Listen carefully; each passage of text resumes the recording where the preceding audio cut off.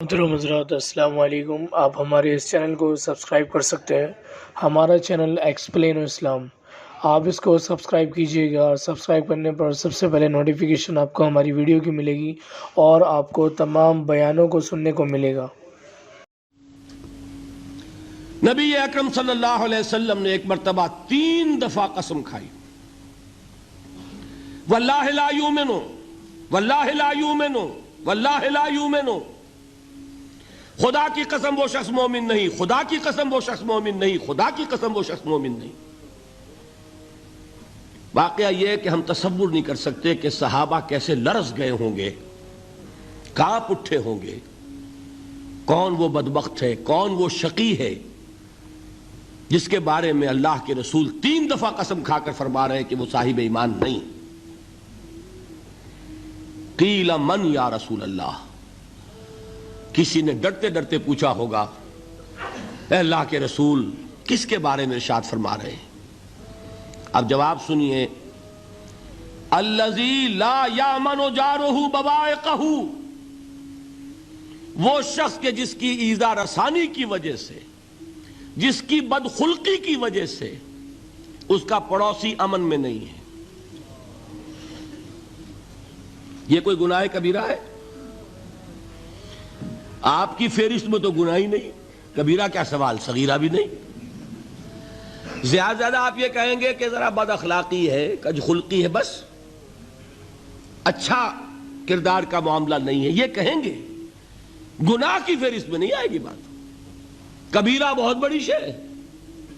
لیکن اس پر اللہ کے رسول نے 3 دفعہ قسم کھائی، ایمان نہیں ہے، ہرگز نہیں ہے، خدا کی قسم نہیں۔ اب بتائیے ایمان اور عمل علیحدہ ہو جائیں گے کیا؟ یہ ہے مسئلہ جو امام بخاری کے سر پہ ہے۔ اور سنیے، فرمایا حضرت انس ابن مالک نے، یہ روایت جو میں نے آپ کو ابھی سنائی ہے یہ کوئی ایسی ویسی روایت نہیں ہے، متفق علیہ ہے، بخاری اور مسلم دونوں میں موجود، اس سے اونچا درجہ روایت کا ہے ہی نہیں۔ راوی کون؟ ابو ہریرہ رضی اللہ تعالی، ان کی والدہ لے کر حاضر ہو گئیں، یہ بچہ حضور آپ کی خدمت میں رہے گا، آپ کی خدمت کرے گا، آپ کے پاس رہے گا، ٹھیک ہے۔ وہ حضور کے خادم خاص ہیں، جیسے ذاتی کوئی ہوتا ہے معاملات میں مدد کرنے والا، خدمت کرنے والا، وہ ہیں انس ابن مالک۔ چونکہ ان کا تعارف ہو گیا ہے رضی اللہ تعالیٰ عنہ، تو ایک بات پہلے اور سنا دوں، جو بچہ اپنے اس بچپن سے لے کر 9 برس کی عمر تھی جب آئے حضور کے پاس، انتقال کے وقت عمر کتنی ہوگی؟ 19 برس۔ 10 برس حضور کی خدمت میں رہے۔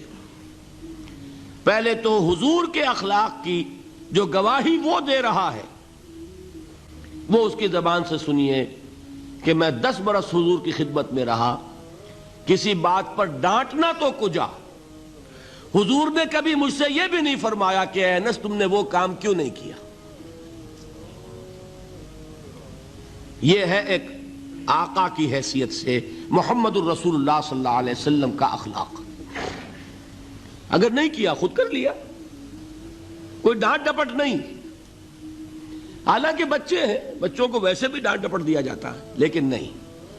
اب ان صحابی کی ایک گواہی سنیے، قلما خطبنا رسول اللہ صلی اللہ علیہ وسلم الا قال،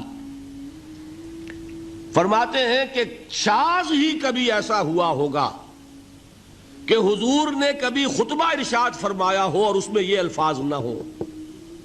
الفاظ سمجھ رہے؟ جب بھی خطبہ دیتے تھے آپ یہ الفاظ ضرور فرماتے تھے، شاذ کبھی رہ جائے تو رہ جائے، قلما خطبنا رسول اللہ صلی اللہ علیہ وسلم الا قال، کیا فرمایا؟ لا ایمان لمن لا امانت لہ ولا دین لمن لا عہد لہ، جس شخص میں امانت داری نہیں اس کا کوئی ایمان نہیں، جس میں ایفاء عہد نہیں اس کا کوئی دین نہیں۔ بنا پھرتا ہو وہ دیندار، بنا پھرتا ہو وہ صاحب ایمان اور امتی حضور کا، امانت داری نہیں تو ایمان نہیں، ایفاء عہد نہیں تو دین نہیں۔ کس کا فرمان ہے؟ کسی آج کے زمانے کے مفتی کی بات نہ سمجھ لیجئے گا کہ جس کو آسانی سے آپ چاہیں تو رد کر دیں. یہ محمد الرسول اللہ صلی اللہ علیہ وسلم فرمانا. اور سنیے پھر ایک متفق علیہ روایت بخاری اور مسلم کی، راوی پھر کون ہے؟ ابو ہریرہ رضی اللہ تعالی عنہ فرماتے حضور نے ارشاد فرمایا لا یزنی الزانی حین یزنی وہو مومن ولا یسرق السارق حین یسرق وہو مومن ولا یشرب الخمر حین یشرب وہو مومن. کوئی زانی حالت ایمان میں زنا نہیں کرتا. کیسے ممکن ہے؟ ایمان ہو اور زنا ہو جائے، پھر وہ ایمان دھیلے کا ہوا؟ کیا قدر و قیمت اس ایمان کی؟ وہ تو اٹھا کر پھینک دینے کی چیز ہے. ایمان اور اخلاق پہ اثر انداز نہ ہو، ایمان اور کردار کو نہ بدلے، ایمان اور عمل کو نہ بدلے تو کس مرض کی دوا؟ پھینکو اٹھا کر. نہیں ممکن کہ ایمان ہو اور زنا ہو، نہیں ممکن کہ ایمان ہو اور چوری ہو. لا یسرق السارق حین یسرق وہو مومن. کوئی چور حالت ایمان میں چوری نہیں کرتا، کوئی شرابی حالت ایمان میں شراب نہیں پیتا. ولا یشرب الخمر حین یشرب وہو مومن. کوئی شراب پینے والا وہ مومن نہیں ہوتا جب وہ شراب پی رہا ہوتا ہے، اس وقت اس کے دل سے ایمان نکل جاتا ہے. اب دیکھیے یہاں کیا میں نے کل بتایا تھا نا، مغالطے کیا ہو گئے؟ مغالطے یہ ہو گئے کہ اس کو سمجھ لیا قانونی بات. یہ قانونی بات نہیں ہے، وہ قانونی ایمان کی بات نہیں ہو رہی، یہ حقیقی ایمان کی بات ہو رہی. قانونی ایمان کی بات ہو تو یہ کافر ہو گیا. پھر کافر نہیں ہے. قانونی ایمان کا دار و مدار قول پر ہے. یہ وہ حقیقی ایمان ہے، قلبی یقین والا ایمان. اس کے بارے میں فرمایا جا رہا ہے وہ دل سے نکل جاتا ہے تو گناہ ہو سکتا ہے. ایک اور حدیث میں حضور نے اس کو اور واضح کر دیا، جب کوئی شخص گناہ کرتا ہے تو ایمان اس کے دل سے نکل کر اور اس کے سر پر منڈلاتا ہے جیسے پرندہ ہو. اگر توبہ کرتا ہے تو واپس لوٹ آتا ہے، توبہ نہیں کرتا تو رخصت ہو جاتا ہے. بتائیے کوئی اشتباہ رہ گیا؟ لیکن خدا کے لیے دو انتہاؤں سے اپنے آپ کو بچائیے. ایک انتہا یہ کہ اس حدیث کی بنا پر آپ کافر قرار دے دیں. یہ غلطی کس سے ہوئی؟ کل بتایا تھا بھائی، کس سے؟ خوارج سے. خوارج سے یہی غلطی ہوئی. وہ فارسی کا ایک مصرع ہے کہ مردی و نامردی قدم فاصلہ دارد. یہ باریک جیسے بال کا سا فرق ہوتا ہے لیکن زمین و آسمان کے نتیجے نکل آتے ہیں. انہوں نے ایسی حدیثوں کی بنا پر یہ فیصلہ کر دیا پھر اگر ایمان نہیں ہے تو کافر ہے. کتنا یہ آسانی سے نتیجہ نکل آیا. ایمان نہیں ہے تو کافر ہے. لا ایمان لمن لا امانت لہو. کوئی شخص امانت میں خیانت کرتا ہے تو اس میں ایمان نہیں ہے، ایمان نہیں ہے تو کافر ہے. کافر ہے تو مرتد ہے، مرتد ہے تو واجب القتل ہے. کہاں سے کہاں بات پہنچ گئی؟ بہت بڑی غلطی، بہت بڑی گمراہی. دوسری طرف ایک ہمارے ہاں اور انداز ہے کہ وہ جنت و دوزخ کے فیصلے اور قیامت کے اور آخرت کے فیصلے بھی قانونی اسلام کی بنیاد پر کرتے ہیں. انہیں یہ سمجھ لینا چاہیے یہ قانونی اسلام دنیا میں مفید ہے، آخرت میں وہ یقین والا ایمان ہوگا تو مفید ہوگا. یہ چیز ذہن سے نکل گئی. اور برا نہ مانیے، یہ اہل سنت کے اکثر عوام کے ذہنوں سے یہ بات نکل گئی.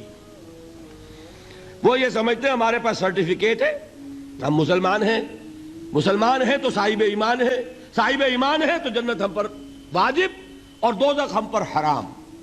یہ آپ کے دل میں لکھا ہوا ہے کہ نہیں؟ جب دل میں یہ لکھا ہوا ہوگا تو پھر کرو گناہ. کیوں نہ کرو؟ کیوں حرام خوری نہ کرو؟ کیوں رشوتیں نہ لو؟ کیوں بددیانتی نہ کرو؟ جبکہ دوزخ تو آپ پر حرام ہے ہی ہے، آپ کو کوئی چیز نقصان پہنچا ہی نہیں سکتی. یہ مرجیہ کا عقیدہ تھا اصل میں. یہ دوسری انتہا تھی جو آج اہل سنت کے اکثر لوگوں کے دلوں میں بات بیٹھ گئی، عوام کے اندر، جہلا کے اندر. ان دونوں چیزوں سے بچیے. تیسری ایک غلطی کی اہل تشیع نے. انہوں نے کیا غلطی کی؟ ایمان اور اسلام کے فیصلے دنیا میں کرنے لگ گئے.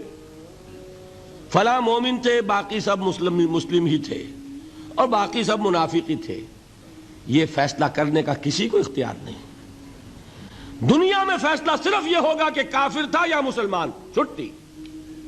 تیسری کیٹیگری آپ طے نہیں کر سکتے، اس لیے کہ قانونی اصطلاحات یہی دو ہیں. سمجھ لیجئے ان باتوں کو. مجھے کوئی دھواں دھار تقریر نہیں کرنی، بات سمجھانی ہے. دیکھیے، قانونی سطح پر انسانوں کی تقسیمیں ہوں گی صرف دو، یا مسلم یا غیر مسلم. یہ ہے قانونی تقسیم. اب جو مسلم ہے وہ مومن بھی ہو سکتا ہے، وہ منافق بھی ہو سکتا ہے. بات سمجھ رہے؟ لیکن منافق کوئی قانونی اینٹی نہیں ہے. دنیا میں ہم کسی کو منافق نہیں کہہ سکتے.